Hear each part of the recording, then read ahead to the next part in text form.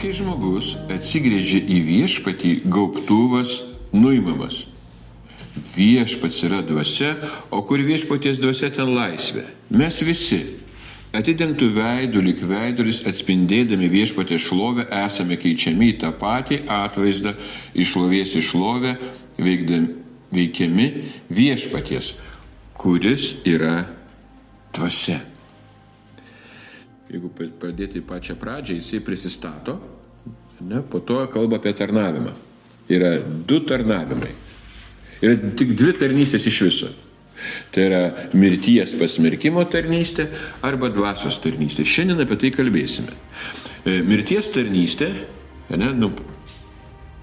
čia žiūrėkite nuo 5 eilutės, čia kalba apie tai, kad jisai, apaštalas Paulius laiškas, dabar jūs esate laiškas. O 5 eilutė sako, ne todėl, kad būtume patys tinkami, ką nors sumanyti tarytum iš savęs, bet mūsų tinkamumas iš Dievo, kuris mus padarė tinkamus būti naujosios sandoros tarnais, ne raidės, bet dvasios, nes raidė žudo, o dvasia teikia gyvybę. Jeigu mirties tarnystė išraižyta raidėmis akmenyse buvo tokia šlovinga, kad Izraelio vaikai negalėjo pažvelgti Mozei į veidą dėl jo veido šlovės, kuri buvo praeinanti, tai kiek šlovingesnė bus dvasios tarnystė. Ir toliau dar pavadinama pasmerkimo tarnystė buvo, ne? Tik sakau, mirties pasmerkimo. O jeigu pamatyti laišką romiečiams ir Naujojo testamento tą šerdį, tai yra nuodėmės ir mirties dėsnis. Mums neįprasta girdėti dėsnis, nes tam parašyta įstatymas, bet jeigu tai paėmus giliau, tai yra dėsnis. Kitaip sakant, jeigu žvelgiant abu laiško korintiečiams laiškus, tai mes galim pamatyti tai, kad Paulius, kai turi tą paslaptį atskleistą, jisai kalba būtent tas mirties nuodėmės dėsnis, tai yra kūniškas protas, kuris tiki, kad esi atskirtas nuo Dievo. Tiesiog tiki, atskirtas nuo Dievo, nes Dievas ten toli, čia arti. Ir taip, turbūt didžiausia dalis žmonijos tiki būtent tai per religiją. Religija šito moko. Ir šitas dėsnis, dar jeigu tai paprasčiau, kaip nuodėmės mirties dėsnis, kur romiečiams 8.2 parašyta, ir ten toliau, 7 skyrių romiečiams, bet tai labai paprasta. Nes religija ką atneša? Baimė, kaltė, tai reiškia baimės kaltės ir toksai, kaip pasakyti, mūsų gyvenimuose tampa toks nusipelnyti turiu, bandymas nusipelnyti dangų. Toks dėsnis. Bandau nusipelnyti. Bet čia dabar, jisai kalba apie kitą tarnystę Paulius. Apie tam, ką mes pašaukti ir kai šiandien žiūrėsim, viešpats yra dvasia. Ir mesgi taip, mesgi turim trybę ir paliesim tai, kad trybė tai yra doktrina. Ir nereikia bijoti šito žodžio, Bet prieiti prie to, kad dabar priešinga, jeigu gyvenimo dvasios įstatymas, arba jeigu apie tarnystę, kur čia kalba Paulius, tai dvasios tarnystė. Kaip atskirti? Tai mirties tarnystė, dvasios tarnystė. Paprastai. Tai yra Kristaus protas. Pamenat, pirmam laiške korintiečiams, 2.16 berods sako, kad visi mes turime Kristaus protą, tikintieji. Jau tikintieji turi. O čia žiūrėkite, kas dar neturi, kai buvo įstatymas, kaip reikėjo laikytis įstatymo, 12 eilutė šito pačio skyriaus, 3.12, kurį mes dabar žiūrime. Taigi, turėdami tokią viltį, mes esame labai drąsūs. Kitaip sakant, drąsūs todėl, kad turim laisvę. Toliau žiūrėsim apie tai. Ne kaip Mozė, kuris ant veido užsileisdavo gaubtuvą, kad Izraelio vaikai nepamatytų to, kas praeina pabaigos. Bet jų protai tapo nepaslankus iki šios dienos, tas pats gaubtuvas lieka nenuimtas, skaitant Seną testamentą, nes jis nuimamas Kristuje. Ir Seną testamentą skaitant, atrodo, čia tai kalba apie kažkokią istoriją, tai kas buvo ir tai kas dabar. Čia yra, jeigu taip žiūrėti dabar, mes pamatom, kad religija arba sistema ir padaro Naują testamentą taip pat kaip ir Seną testamentą, tai reiškia sistema. O čia kalbama būtent apie tai, kad kas atneša laisvę. Pažiūrėkime, dar sekantis skyrius, 4, ne? 4 skyrius, 3 eilutė. O jeigu evangelija yra paslėpta, tai ji paslėpta žūstantiems, kuriems šio amžiaus Dievas apakino protus netikintiems, kad jiems nesušvistų Kristaus, kuris yra Dievo atvaizdas, šlovės Evangelijos šviesa. Ir čia Dievas kažkoks tai apakino protus. Šiandien mes suprantam, kad netikras Dievas, negyvasis Dievas, kažkoks kitas Dievas. Bet mes taip ir matome, tas žodis Dievas, nes iš mažosios raidės, ir mes kartais matys šėtonas, tas priešininkas gali būti. Nu, ta prasme, gali tai įstatymas, jeigu tai prieiti prie tos minties, tai kas apakino, kaip mes skaitėm 3 skyriuje. Bet vėlgi, čia kalbama, evangelija yra paslėpta. Atsiminkim, koks tai buvo laikas, ne? Jau pradėjo veikti Dievo karalystė žmonėse. Jinai veikia, žmonės tikintys, jie keitėsi, jie gyveno tu, apaštalas Paulius turėjo tą paslaptį. Jis evangeliją labai aiškiai atskleidžia, kas yra evangelija. Taip, ten jeigu atsimenam 1 Korintiečiam 15 skyrius, bet paprastai, kas yra evangelija mums? Aš turiu minty evangeliniams tikintiesiems, kas yra evangelija. Toks klausimas paprastas. Ir mes visi turbūt išpyškintume tokią tiesą. Jis už mus numirė, tai reiškia Jėzus numirė už mūsų nuodėmes ir jei tikėsiu, turiu amžiną gyvenimą. Turbūt 99% tai pasakys apie evangeliją. Bet dabar žiūrėkite. Tai dažniausiai, taip dažnai taip ir skamba, tik atkartota arba iškalbėta evangelija. Kai Jėzus Kristus atėjo, mes negirdim tokios evangelijos. Aišku, sakysim, čia yra Kristaus, yra dabar evangelija. Paulius skelbia, ten buvo karalystės evangelija. Ir, tas dispensacijos suskirstom, sudėliojam, bet dabar pamirškim tai. Pabūkim paprastai. Evangelija, Jėzus, kurią skelbė, jis nesakė, tiesiog tikėkit istorinių įvykių. Matot, kai aš dirbau istorijos mokytoju, man labai buvo svarbu, tai istoriniai įvykiai, kad vaikai gaudytųsi, suprastų kada. Bet man patiko, kai universitete Bumblauskas, jeigu girdėtų pavardė, jisai dėstė būtent apie tą istorijos paradigmą. Ir man labai tada, tai protė kažkas tai darėsi, aš nelabai supratau. Dabar, būtent praėjus tiek daug metų, aš pradėjau suprasti, ką jis turi minty. Jisai sako, atveda vaikus, pagal tą seną mokymą, tai reiškia, kad tai reikalinga sistema, vaikus į muziejų, ir štai ten nuostabi vaza vidury. Ir parašyta, 17 amžiaus pabaiga. Va, vaikai, žiūrėkit. Ir išeina. Ką vaikai gavo iš to? Nieko, tik tai skaičių. Taip ir čia. Jėzus neatėjo pasakyti, kad štai jūs tikėkite istorinių įvykių, kad jį numirė. Kad aš atėjau ir numiriau už jūs. Ne, jis skelbė karalystės evangeliją. Jisai pasakė, būtent atgailaukite, atgaila tai yra metanoja, kad keistųsi mąstymas. Kaip turbūt ir, Bumblauskas turėjo minty, kad mąstymas apie istoriją turi būti pamatyti plačiau. Ką žmonės tuo metu mąstė, kaip jie gyveno, kad suprasti, pačiupinėti, pagyventi, o ne tik pamatyti kažkokį sausą faktą. Bet čia dar giliau. Žiūrėkite, Jėzus sako metanoja, tai reiškia atgailaukite. Tai turėkit kitą protą. Mes visi turim tokį protą, bet dabar kaip, iš kur tą gausim protą? Paprasčiau, žiūrėkite, Jėzus sako, aš esu amžinasis gyvenimas. O kas yra amžinasis gyvenimas? Pažinti tėvą. Taip? Tai reiškia pažinti, ne sistemą pažinti, kaip ten viskas turi būti, kas ten, kaip po ko, ar ne, bet tėvą pažinti. Nes, jeigu skaityti ir laiškus, ne, Jokūbo laiškas, demonai tiki istoriniais faktais ir dreba. Aš čia tai perfrazavau, bet tai yra tas pats, suprantat? Tiki ir dreba. Ir matome, kad Jokūbas norėjo pasakyti, vien tik tikėjimo nepakanka. Atrodo, kaip tik tikėjimas, visi mes tikintieji ir vadinamas tik tikėjimu. Bet supraskite, apie kokį tikėjimą kalbama. Jėzus kvietė, ne tai, kad mes turim tikėjimą, tai, kad, kaip sakau, faktas. Pradžia taip, gali būti, mes susidomim, kažkas vyksta mūsų protė, bet čia lygiai tas pats, kaip dabar pabandysiu paaiškinti Zita labiausiai turbūt suprasi. Kodėl? Pas mus vyksta Biblijos studijos, ne? Ir ketvirtadieniais, dabar jau taip, ne, ketvirtadieniais. Ir jeigu aš sakyčiau, atvykit pas mus, bet viskas užsibaigia tik tai tam prieškambarį, lietuviškai verandai. Ateina į verandą ir išeina. Ne. Turi ateiti į svetainę. Suprantat mintis? Ten pas mus viskas vyksta. Ten mes valgom Dievo žodį, mes valgom maistą, mes bendraujame, mes turim santykį. Bet religija to neprieina. Jei tegul ir būk, nes tame, pusiau šaltyje, pusiau badauji, bet tu jau atėjai kažkur tai.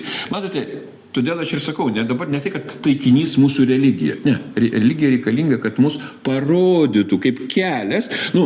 Kelias yra Jėzus. Ir durys yra Jėzus. Bet ta kažkuria tai prasme, kai mes girdime faktą, neužtenka durų. Durys reikalingos, kad įeiti į tai. Ir tikėjimas tai yra įrankis, kad tu įeini į tai, tikėjimas į Jėzų. Bet pats Jėzus, buvimas, štai kam jisai mus pašaukė. Nes, pamenat, kai mes, atsiminkit pirmąją meilę. Mes žavimės Jėzumi, mes matome jį, mes pažinome, kaip tai sunku suprasti, žodžiais apibūdinti. Ir einam į seminarijas, koledžius, taip toliau. Ir kas vyksta? Aš nesakau, kad dabar tai yra blogai. Aš vėlgi sakau, tai galbūt ir buvo tos durys mums kiekvienam, kad įeiti ir pamatyti, kad Jėzus nesakė, dabar ateikite pas mane ir žavėkitės manimi. Tai yra nuostabu. Bet tikslas jo, būkite tokie kaip aš. Visos krikščionybės esmė, bet krikščionybė, kaip mes matome, ne. Būtent sustoja kažkur ties veranda. Arba dar baisiau, jeigu paimti Senąjį testamentą, tai jeigu aš kaip šiandien žiūrim apie Mozę, įėjo į dykumą, išėjo iš Egipto, pasaulis, palikom pasaulį ir dykumoje mirė.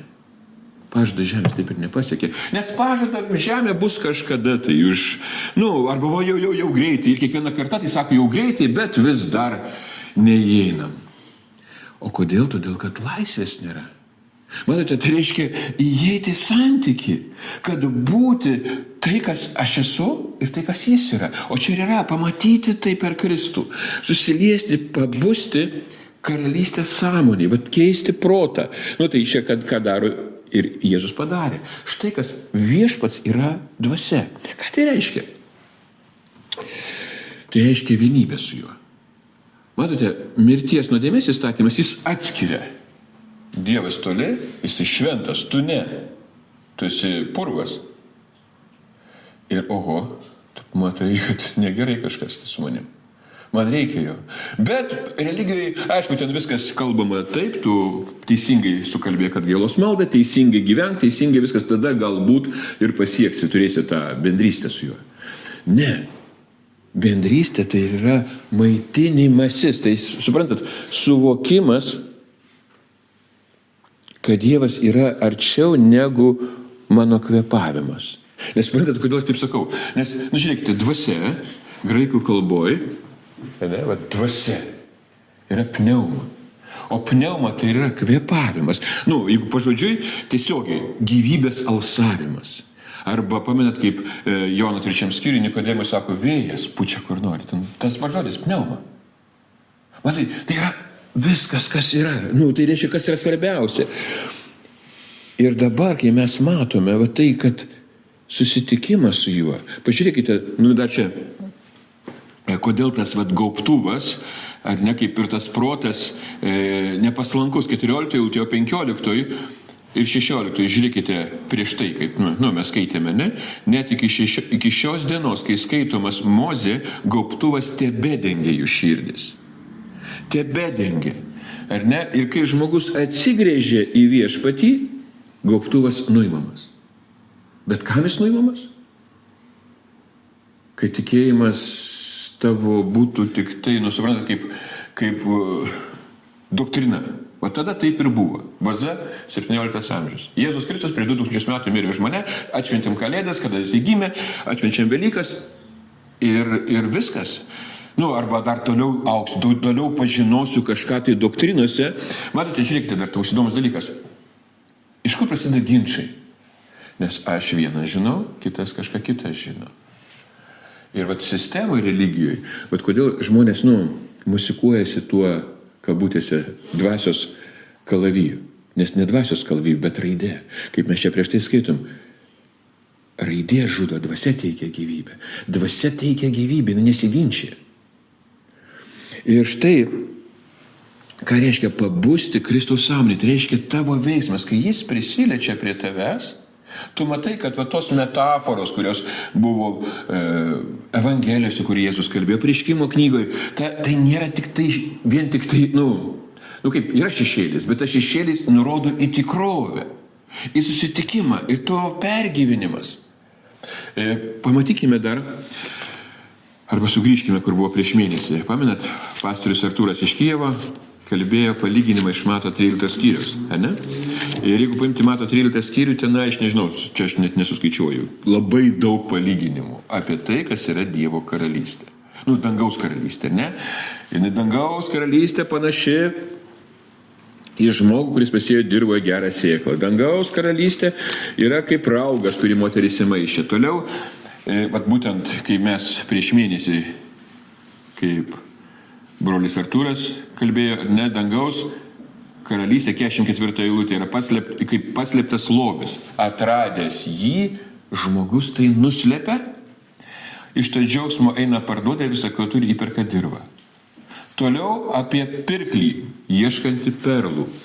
Toliau apie tinklą metantį, dangaus karalystę. Ir dabar pažiūrėkime į patį pagrindą, viso šitos skyriaus kulminaciją. Klausimas, 51 eilutė. Jėzus paklausė jų, ar supratote visą tai? Jie atsakė, taip viešpatie. Įsivaizduokit, jie suprato. Bet mes kartais stebimės, tik dabar prieiname prie to. Aišku, ten visokių ir interpretacijų ir kartais jos keičiasi, bet supraskite. Sekant eilutė, tada jis jiems tarė. Todėl kiekvienas rašto žinovės, tapęs dangaus karalystės mokinio, panašus į šeimininką, kuris iškelia iš savo lobyno naujų ir senų daiktų. Štai kas yra paaiškinimas visų šitų palyginimų. Tada sudėtinga. Kaip čia rašto, taigi, jeigu paskaitysi, Mato 23 skyrių arba visus kitus, ten, visą tą, kai jis kritikuoja rašto žinovus. O čia sako, kiekvienas rašto žinovės tapas dangaus karalystės mokiniu. Matote, mokinys, jeigu paimsime tą principą, net rytų mąstymo principą, tai jis turi tapti kaip mokytojas. Bet religija mūsų sistemoje yra seni nauji dalykai, bet neiškeliami iš lobyno. Čia sako, iškelti iš lobyno. Nauji, seni, tai, čia parašyta kaip, nauji, seni, ne daiktai, o kaip? Jo, daiktai. Nauji ir seni daiktai. Gerai, dabar žiūrėkite, kas tie nauji, seni daiktai, kas seni daiktai. Tai reiškia, pagrindas Senojo testamento yra įstatymas, moralė. Mes paimam, suprantat, kaip dabar suprasti, kaip mes turime laisvę, tai nereiškia, kad aš dabar paimu ir išmetu moralę. Nereikia man jos. Ne, čia sako, pažiūrėkite dar kartą, kuris iškelia iš savo lobyno naujų ir senų daiktų. Ir ką jis sako, panašus į šeimininką. Jis darosi panašus. Ar nieko neprimena korintiečiams? Veidrodis. Ne? Mes darosim panašus. Tai reiškia kitaip, aš net ne tik, kad neišmetu, bet Kristaus protas man leidžia tuos senus dalykus, tuos daiktus pamatyti naujoj šviesoj. Naujai pamatyti. Tai yra taip nuostabu. Nes kaip aš čia sakiau, mes kaip pamatėme ir mūsų, ne tik kad pamatėme, mes tai pergyvenom. Ne visi, bet didžioji dalis, tai reiškia aš. Religija dažnai kaip moko ginčytis dėl doktrinų. Bet Jėzus visada nurodydavo į veiksmą. Tai reiškia į vidinę nuostatą. Nes, tos doktrinos tai reiškia eschatologija, kaip tenai buvo, kokie yra vertimai geriausi, tenai ir taip toliau, taip toliau.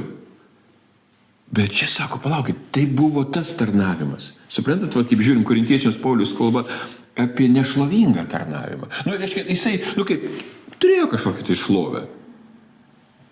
Bet, sako, dabar yra visai kas kita. Dabar yra dvasios tarnavimas ir jis nepasireiškia, Biblijos eilučių tokiam, žinote, kaip išaiškinime. Kaip išstudijavime. Jisai aiškia praktikoje. Dvasios tarnavimas jisai veikia praktikoje. Ir tai aišku, pradžioje tai yra patirtis, kaip mes ir praėjusią savaitę kalbėjom, tai yra vieno su Dievu. Kambarėlė, užsirakinęs. Tai yra tas prisilietimas Dievo, asmeninis pergyvenimas. Bet toliau praktikoje tai pasireiškia per bendravimą su artimaisiais. Čia yra bažnyčios paslaptis. Ir apie artimąjį mes, kaip Jėzus parodė tą praktiką, tai labiausiai Luko Evangelijoje, 10 skyrius. Tai yra nuostabu.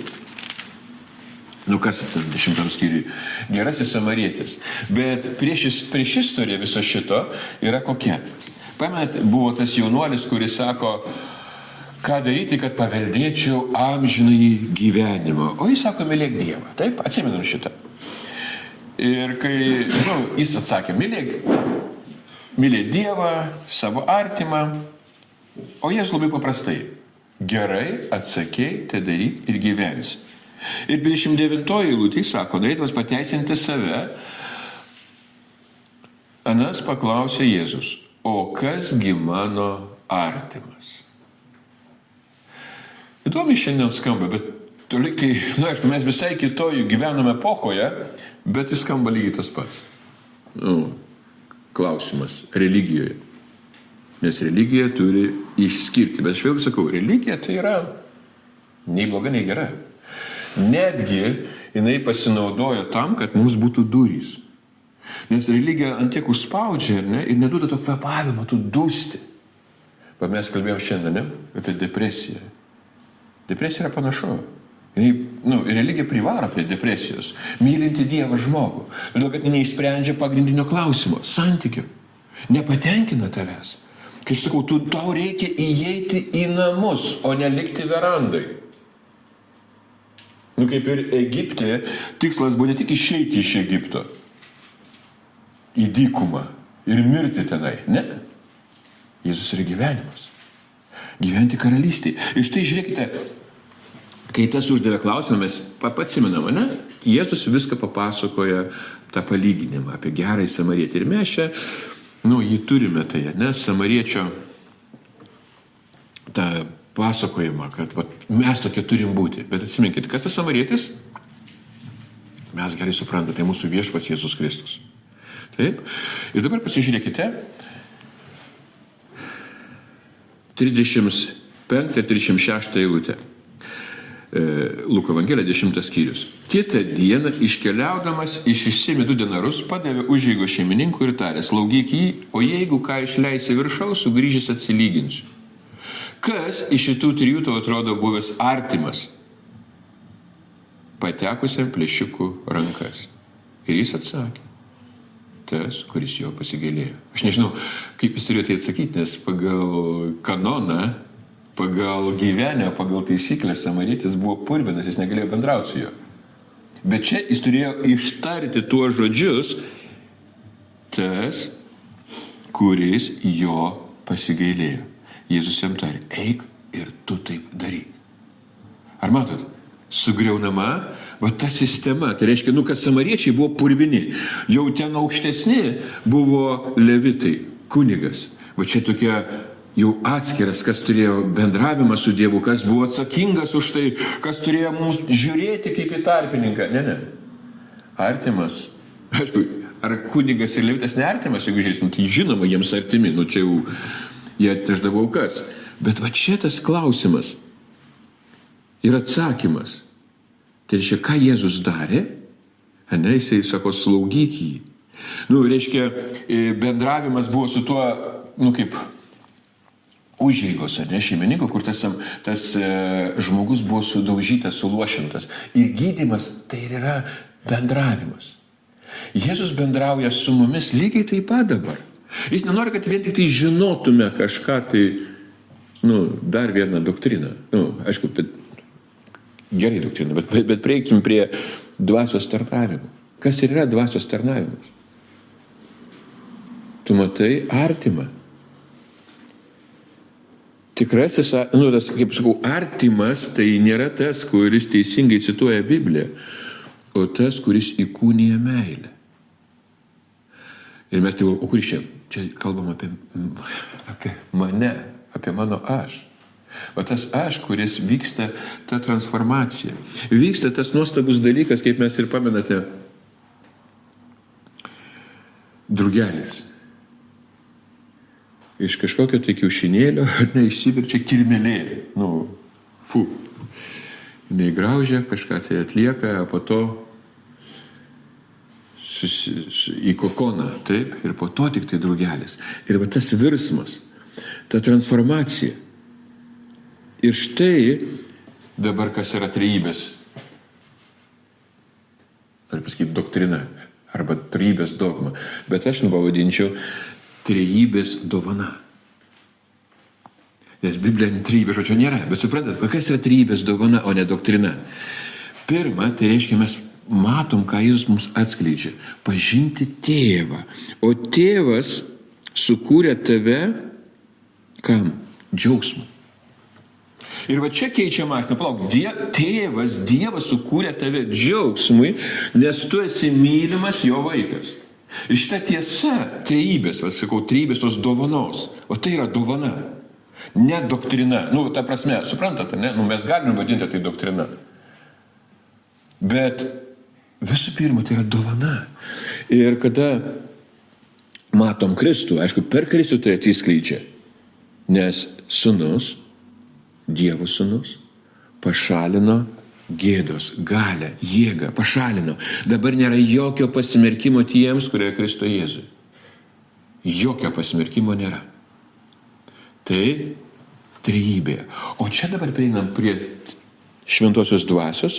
Mes žinome iš Evangelijos, šventoji dvasia ką daro. Ir mes galime išvardinti pagal pneumatologiją, kitokį mokymą kokį. Jinai guodžia, jinai atskiria, įtikina, stiprina, pataria.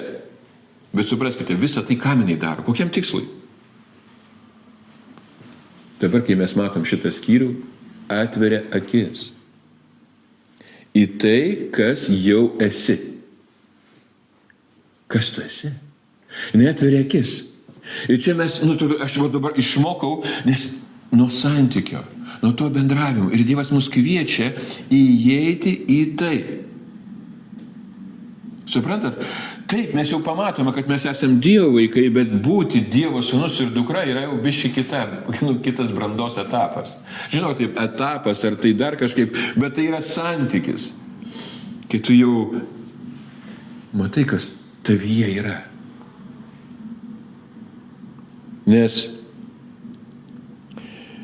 kaip sakiau, religija, taip, kokia jinai bebūtų, jinai, nemoko blogo, ne? Lyg taip, blogų dalykų ten, jie moko moralės, taip toliau, bet tai vis tiek tai yra durys. Nelik verandoj, įeik į svetainę. Ten yra šilta, ten yra bendravimas, ten yra maistas, ten yra džiaugsmas. Suprantate, bet aš turiu apie dvasinį dalyką, ne tai, kad čia Biblijos studijos, čia yra, supraskite, tai namai, tėvo namai. O mes kai galvom, tėvo namai ten kažkur, tai o čia mes kažkaip tai pagyvename. Perinam šitą dykumą ir po to į pažadą žemę. Ne. Jėzus ne tam numirė ant kryžiaus. Dievas ne tam parodė, bet būtent šventosios dvasios darbas tai yra tas kvėpavimas tavyje. Ir išeiti ne tik iš Egipto, bet dabar išeiti jau iš dykumos į pažadą žemę. Tai yra palikti tą sistemą. Sistemą aš turiu minti vėlgi. Tai natūralu, nes tai, kas tavyje, veda į tai. Ir kai mes kartojame, taip, aš tai padariau, kaip Biblija sako, ne tik kaip Biblija sako, čia religija sako, Biblija taip nesako, bet religija. Pavyzdžiui, mes iš kataliko, ne, jeigu tu nusidėjai, tu atkartok tenai Sveika Marija. Ar teisingai aš sakau, ne, aš nebuvau katalikas uolus, tai nežinau. Taip? Atkartok. Toliau evangelikai sako, tu turi atgailauti, atsiprašyti, taip, viskas gerai. Bet suprantat, nustoti kartoti kas yra Evangelija, bet pradėti žinoti. Nes, suprantat, tai mes kartuojam tai, bet tu žinai jau, pažįsti, aš žinoti, tai ne ta, kad logika, aš išmokau ir daugiau žinau negu tu, bet čia yra pažinimas viešpaties. Tu jau žinai. Ir tu įeini tada jau į kitokį santykį.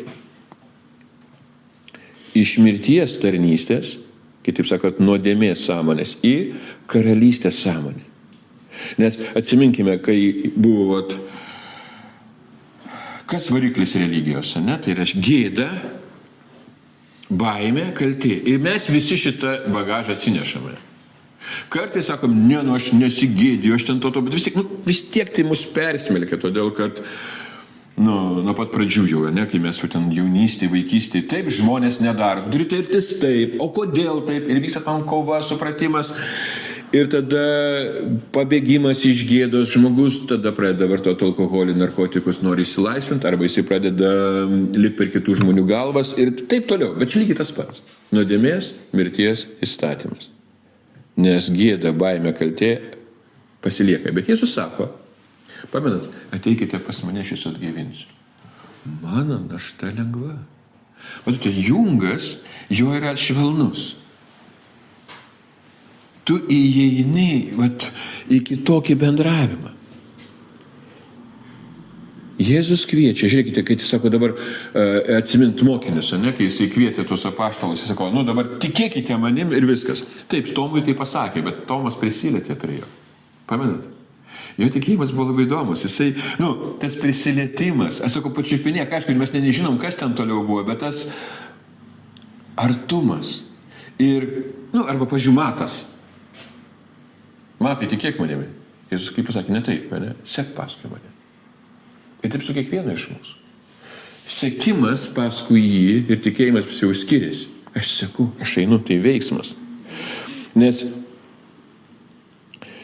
į ką mus Dievas kviečia atrasti savo tikrąjį aš. Atrodo, kaip čia dabar tikrasis, čia Biblija apie tai nėra, bet tų žodžių liktai, bet supraskite, viešpats yra dvasia.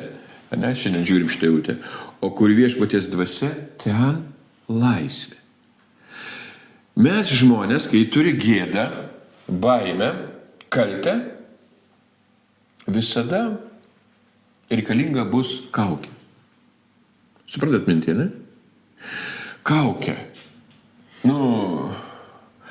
Kaip ir mato 23 Jėzus ir sako, jūs panašus į ką, į pabalintus tos antkapius. Gražiai atrodo. Negražiai, bet susirinta mintis. Antkapiai. Bet tikslasgi ne tas Dievo, kad jūs ir liktumėte tokie rašto žinovai. Gerai, kad rašto žinovai, mes jau skaitėme tą 13 skyrių, ne? Bet esmė kokia? Kad tu nusijimtum kaukę. Nes matote, Dievas, kai tu ateini, jis nekydo kaukės, jis gydyti nori tave. O čia yra, nesveikiesiems reikia gydyti, bet ligonėms.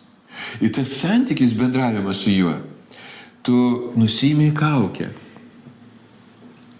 Kitaip sakant, bet nusimt kaukę, čia dabar, aš turiu kažką tai vėl daryti, aš turiu veikti. Ne, tu renkiesi. Būti tikras, o kaip mes ir šitą skyrių skaitome, tai reiškia pasmerkimo tarnystė arba dvasios tarnystė. Ir dvasios tarnystė, tai ir kviečia mus būti tikram. Įsivaizduokit, kaip nuostabu bendrauti su tikru žmogum. Tai tu palaukot, ką aplinkui netikri, visko būna. Suprantat, į savo gyvenimą praeitį visko būna, bet kada tu toj kovoj, aš nežinau kaip tai kova, pamenat, turbūt, ne, kai mes perėjom per tą COVID ir ten, aš turiu minti ne medicinę temą, tai yra kitokia tema, ne, kada buvo atvirkščiai, tai buvo toks džiaugsmas, ne, kai mes meldėmės, pasninkavome, kai mes turėjom tokį kiekvienas asmeniškai kažkokį tai patirtį. Ir čia atėjo jisai. Aš atėjau jau senai kadais, mes įtikėjome, bet suprantat, čia dabar ta laisvė. Tu pradedi ragauti. Tas skonis. Ir štai Jėzus į ką mus kviečia? Palikti tas kaukės. Ir aš tada, bet aš kaukių neturiu. Suprantat? Baimė, kaltė, gėda kažkur tai mūsų sferose įstrigusi. Aš taip manau. Ne? Bet čia nuo to bendravimo, nuo to noro būti su juo, arba tiesiog pasirinkimo. Matote, kaip pasirinkimo, aš renkuosi. O tas, tiesiog aš trokštu šitą. Ar ne? Ir va čia ir prasideda tas saldumas. Noras bendrauti. Noras bendrauti tai reiškia be kaukių, būti tikram. Be sarkazmo, be religijų, be daužymo su raštu, žinojimo, ne? Ir va štai, kas yra dvasios tarnavimas praktikoje. Kai mes, tai aišku, samarietis čia nuostabiausias palyginimas, nuostabesnio nebus turbūt. Bet jis tapo artimas tam žmogui, kuris klausė ir sako, ohoho. Bet jis jau išpažino, sako, jis man artimas. Nes Jėzus papasako, kas turi būti artimas, kas parodo gailestingumą, o tai Kristus. Ir taip pat palikti, kai taip sakant, būti artimas dabar per meilę. O kaip per meilę? Matote, aš būsiu arba per meilę, arba per teismą. Teismas, tai aš ne tas tenai, su ugnimis ten buvo bachta, apokalipsė, bet teismas, mes kiekvienas turim savo tokią prizmę teismo. Bet kai žiūriu per meilę, aš atrandu artimą. Ir taip man kiekvienas tas žmogus, aišku, pradžia tai čia yra bendruomenė, tai reiškia ten, kur mes jų sujungti. Ir toliau visi aplinkui. Visi žmonės, tai, kad Dievas man atduoda, aš jau matau artimą. Todėl, kad aš jau žvilgsnis ne per teismą. O čia ir vėl mes susidurėme, kad, įeiname šitą procesą. Ir čia visokių dalykų būna. Mes skirtingų turim emocijų, skirtingų praeičių. Bet jau be kaukės. Tai yra taip nuostabu. Įeiti į tai. Ir vėlgi tas klausimas, mes kartais kalbamės, kodėl kartais man kažkas tai vis išlenda, kažkoks tai dalykas, ir tas ar anas. Aš manau, atsakymas yra paprastas. Dievas negydo kaukės, jis gydo tave. O kada mes sakome, Jėzau, aš nenoriu turėti savo kažkokio tai to teisumo, savo tos baimės. Todėl ir čia sakoma, viešpats yra dvasia. Ar ne? Ir jis mums duoda tokią viltį, dar 12 eilutė, mes esame labai drąsūs. O kokią viltį? Atsimenate, ne? Kristus jau viską atliko, dar buvo ta šventykla, raštas jau duotas, dar nepilnai čia mes skaitome korintiečiams, bet jau karalystė veikia, Paulius jau ragauja, mėgausi, tai saldu jam. Ir jis trokšta, sako, mes jau drąsūs, mes laisvi, jau nereikia kaukių, nusiimti tai. Ir dar kartą, jis atėjo ne tam, vėlgi sakau, kad neatėjo, kad mes tik tai durys. Reiškia, mes įeinam į duryse stovim dabar visą gyvenimą. Nes jie, kad mes įeitume Tėvo namus. O Tėvo namuose ir vyksta ta branda. Dabar žiūrėkite, kai mes skaitom šitą eilutę, viešpats yra dvasia, o kur viešpaties dvasia, ten laisvė. Mes visi atidengtų veidų, lyg veidrodis atspindėdami viešpaties šlovę, esame keičiami į tą patį atvaizdą. Iš šlovės į šlovę veikiami viešpaties, kuris yra dvasia. Laisvė prasideda ten, kur baigėsi baimė. O čia, kaip sakoma, atvirų veidų. Atidengtų veidų. Atviras veidas prieš Dievą. Tai, kas aš esu, sukurtas pagal Dievo atvaizdą. Tai, kas aš esu, jame Dievo sūnus, Dievo dukra. Įeiti tą, kaip sakau, trejybės santykį. Tai tiek nuostabu. Vėlgi, tai mes galim sakyti, ar tai dogma. Man tai dogma, bet ta dogma kuria prasme? Aš priimu kaip dovaną. Taip. Tėvas dabar myli. Ir taip, išmokti, pažinti, kaip čia dabar, baigti kažkokį tai kursą. Ne tai kursai tie, kurias mes turime, tai yra taip nuostabu, tai yra nuostabus kursai, todėl kad aš taip matau per tą bendravimą, tą žaizdas ir aš žinau, kad nesveikiesiems reikia gydyti, bet ligoniams. O čia tas sudužimas ir yra, kad aš ateinu ir pripažįstu Tėvą, toks, koks jis yra. Aš esu jo mylimas vaikas ir visada būsiu. Ir dabar aš tai išmokau, tai patirtis. Ir kiekvienas iš mūsų tai patiria, taip. Ir tada mes pradedam gyventi tuo. Tada mes iš tikrųjų pamatome, kad taip tėvas mūsų kūrė ne kažkokiam tai kankinimui.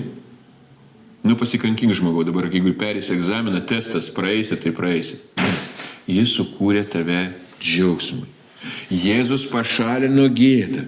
Nėra pasmerkimo. O šventoji dvasia, kaip mes ką tik čia perskaitėme, jinai atvėrė tavo akis. Ir atveria toliau akis. Bet į ką? Vau, į ką akis? Į tai, kas tu esi. Dievo santykį. Kas tu esi tikras? Tikras. Ir nebijoti, va toks, koks esi, bendrauti. Be kaukių. Ir tai yra taip nuostabu. Tai va. Ir kai tai vyksta, va ta, branda. Kaip apibūdinti brandą? Žiūrėkite, kai mes turim visas šitas su trejybė, santykė, ne šitame. O Galatams laiške atsimenat? Mums duota šventoji dvasia, tai reiškia per sūnų, per Kristų, kurie šaukiame Abba tėve. Ne? Abba tėve. Šaukiame. Tame šauksme, Abba tėve, tame išsireiškime, jau nėra baimės, nėra gėdos. Nėra jokio to kaltinimo. Nes kaltės jausmas visą laiką, jis negalėsiu sakyti drąsiai Abba tėve. Bet kai jis tapo jau tėvas, būtent per tą veiksmą mūsų, kurį šiandien patiriame. O koks veiksmas yra? Viešpaties. Kur viešpaties dvasia, ten laisvė. Ir metai dar prasidėjo, bet aš savo tokį, aš noriu ir kitiems paraginti, tai paimti, ne? Aš nežinau, čia ir pasakyti Dievui iš visos širdies. Noriu palikti kaukę. Ne? Palikti ir įeiti į šitą gylį, į šitą plotį. Mėgautis šitą laisvę. Nes mūsų baimės kokios buvo, bent anksčiau aš atsimenu, ne prieš porą metų. Nes, tai ką, aš dabar galiu daryti, ką nori. Bet būtent, kaip mes matome, kad mes atveriam tą lobyną ir matom tuos dalykus, kad leidžia tuos senus dalykus pamatyti būtent naujoj šviesoj. Tai yra taip nuostabu. Įeikime